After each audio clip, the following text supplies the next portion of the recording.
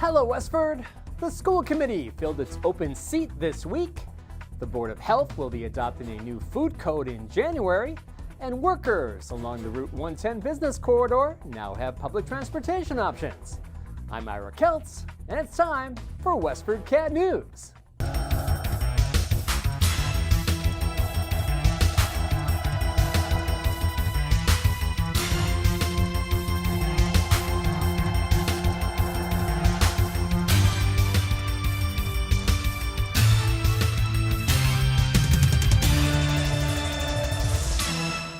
Alicia Mallon has been appointed to a second one-year term on the school committee, winning the support of the entire Board of Selectmen and all but one school committee member. Mallon will complete the unexpired term of Tom Clay, who vacated the seat when he was elected to the Board of Selectmen. Mallon prevailed over competitors Julie Morrell and Steve Sears, who both addressed the joint committees. Here's Morrell, followed by Sears. My goals are really to work with others to execute on the strategy that the town and the school really want to implement, to identify areas for improvement, and also to help with implementing that change. I feel like I'm very well positioned to be able to look at the core needs and the core challenges that we have within our town because of my background, because of being in a learning environment. And in my position now, it's a very dynamic team environment where I collaborate with multiple stakeholders to drive projects, and I demonstrate an empathy, resiliency, and an ability to learn. I'd like to see, if it was possible, if we could use some of our retired people to help out with the schools, so we could kind of establish that connectedness, build a sense of community, a Westford community more than a WA community. And part of the reason for that is that I think that our school safety issue, a lot of that comes back to disaffected people, right? The last few incidents have been people from the inside that have come in and caused problems. People that are connected and feel like they're a part of something don't tend to perpetrate violence on their friends, right? So I think that's one thing that I kind of concerned about. But it was Mallon's promise of commitment that won her the seat. I'm here. I'm all in. It has been said by some people that they very much think that my focus is just on special education students in Westford. Yes, I am one of the members of the executive board of the CPAC, the Special Education Parent Advisory Council, but I'm here to tell you I have 2 kiddos. I'm all in for my kid with an IEP. I'm all in for my kid without an IEP. I'm all in for my nephew who just started in the district and my niece who won't start for another 5 years. I am absolutely all in and dedicated to my position, and I think if you ask anyone who's worked with me in the last year, they would tell you unequivocally there is no denying my level of commitment to this position. Morrell received no votes by the joint committee. School committee member Mingquan Zhang voted for Sears, and the remaining 10 votes all went to Mallon. You can watch the entire Selectmen's meeting at WestfordCAT.org. The Board of Health voted unanimously on June 11th to adopt the 2017 FDA Food Code, which is an upgrade from the 2013 code currently in use by local restaurants. The new regulations would go into effect on January 1st. Here's Health Director Jeff Stevens explaining the one key change.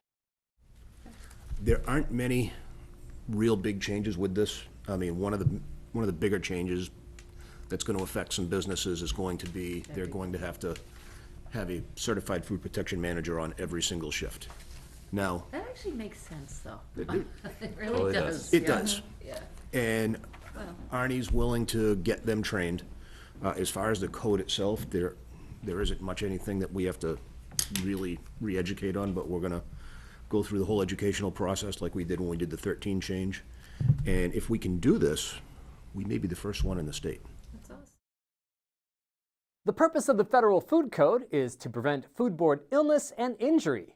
Board member Stephanie Granger was absent from the meeting, and you can watch the entire Board of Health meeting at WestfordCatNews.org. And now for our feature of the week.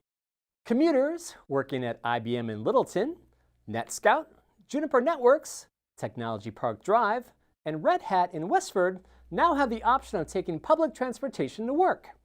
On June 4th, the Montechusett Regional Transit Authority in Fitchburg launched a shuttle service to and from the Littleton train station for commuters coming from Boston or Fitchburg. The fixed route fee is $1.60 for adults and 60 cents for seniors, students, and the disabled. Monthly passes are just $25 and Charlie cards are accepted. For more information, visit mrta.us. Are you looking for summer fun as the end of the school year nears? Our news director, Joyce Polino-Crane, has produced a summer guide to fun in Westford to give you ideas for nearby activities. Finding out about where to buy ice cream, what time the town beach is open, how to access the Bruce Freeman Rail Trail, and where to enter the hiking trails are just a click away. Westford's water bodies are treasures for canoeists, kayakers, and rowers. And don't forget to try all the nearby ice cream stands. Visit WestfordCatNews.org to learn more. Cameron Senior Center volunteer Chris Kuntz has spent the past 2 years collecting art pieces and organizing an auction to raise money for the center. The event takes place June 30th and July 1st at the Parish Center for the Arts, with more than 200 pieces available for bids or purchase. In addition to table sales, there'll be a silent auction on the evening of June 30th, a live auction with former town moderator Ellen Hardy as auctioneer. Here's Kuntz telling WestfordCAT news director Joyce Polino-Crane about the event. So how many pieces of artwork will you have on hand? In the event, in the Parish Center, we'll probably, over 200, so probably about, I would say 220, maybe 230 pieces of art. Oh, that's a lot of art. And all styles, all sizes, all frames and different things like that. And when will it take place? Well, Saturday afternoon is probably the best time. That's opening day at noon, from noon to 4. And people can come in and go and see things in the preview. And they can also participate in the silent auctions. There will be items that are going up for bid on something like that. And also we'll have table sales, which will be artwork that we'll just put a price tag on and put it out, and people can buy something right there on the spot. For more information about the auction, call 978-692-5523. Gloria Bunder is an adult female lionhead bunny looking for a home. She's available now for adoption at the Lowell Humane Society. Here's Patty Stalker with more. There are more than just cats and dogs at the Lowell Humane Society. They also have small pets looking for new homes, like this female lionhead mixed rabbit named Gloria Bunder. So this is Gloria Bunder. She is an adult female. She is a lionhead mix. She actually came to us one day. Some kids were walking around and someone just came up to them, gave them a rabbit. So they tried to bring it home. Unfortunately, they weren't able to keep the rabbit in their home, so she did come here. She did come to us originally with another rabbit, so we do think that she'll do fun probably with slow introductions. She is definitely a curious lady.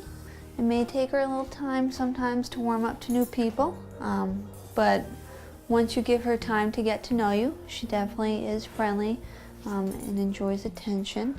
So rabbits are social animals. They can also be nervous sometimes because they're prey animals too.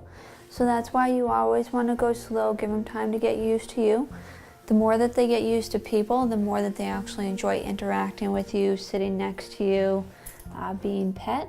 A lot of rabbits though, it will take them a long time before they get used to being picked up though, just because it is a scary sensation for them. You always want to support their back feet if you're going to pick them up.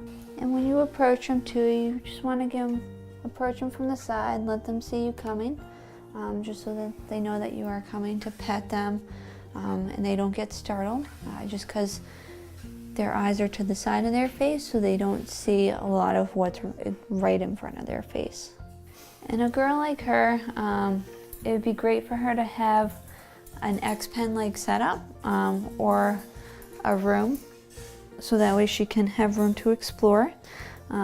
If you don't have a setup in your home where you can do that and you just have like a cage for her, at least making sure she does get time outside the cage for a couple hours each day is going to be really good for her, because they do like to move around and they do like to check things out around them. If you'd like to learn more about Gloria Bunder or any of the other pets looking for a new home at the Lowell Humane Society, or if you'd like to volunteer, donate, foster a pet, or fill their wish list, visit their website at lowellhumanesociety.org. They're located at 951 Broadway Street in Lowell. Call 978-452-7781. You can also find them on Facebook. For WestfordCAT, I'm Patty Stalker.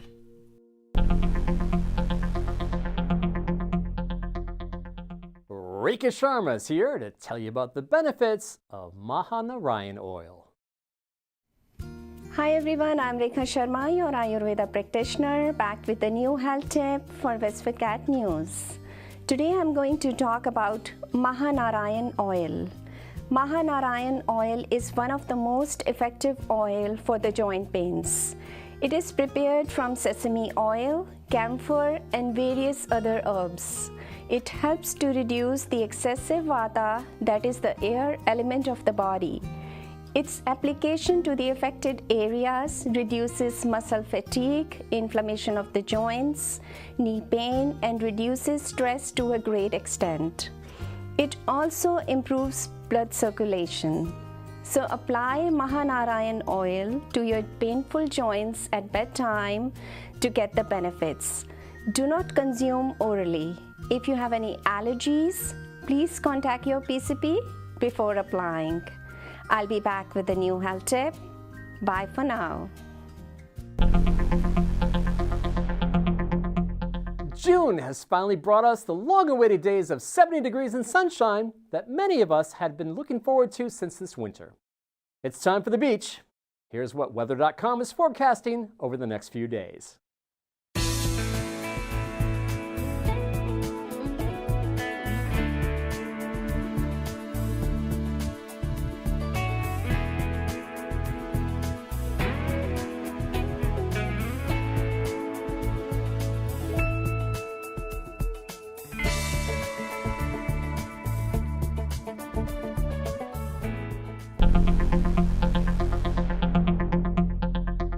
WestfordCAT volunteer Betsy Alvarez is here with suggestions for things to do around town. Thanks, Ira. The town's annual strategic planning retreat will take place outdoors at Kimball Farm in Westford on June 21st, beginning with registration and opening remarks at 5:15 p.m.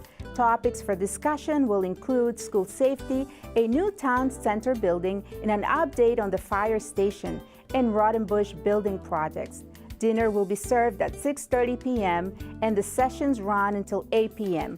For the full schedule and to register, visit westfordma.gov. The opening day for Forge Pond in Edwards Beach is June 17. For information on beach and concession stand hours and other waterfront offerings, including swim instruction and art at the beach, visit westfordrec.com or call Westford Parks and Recreation at 978-692-5532.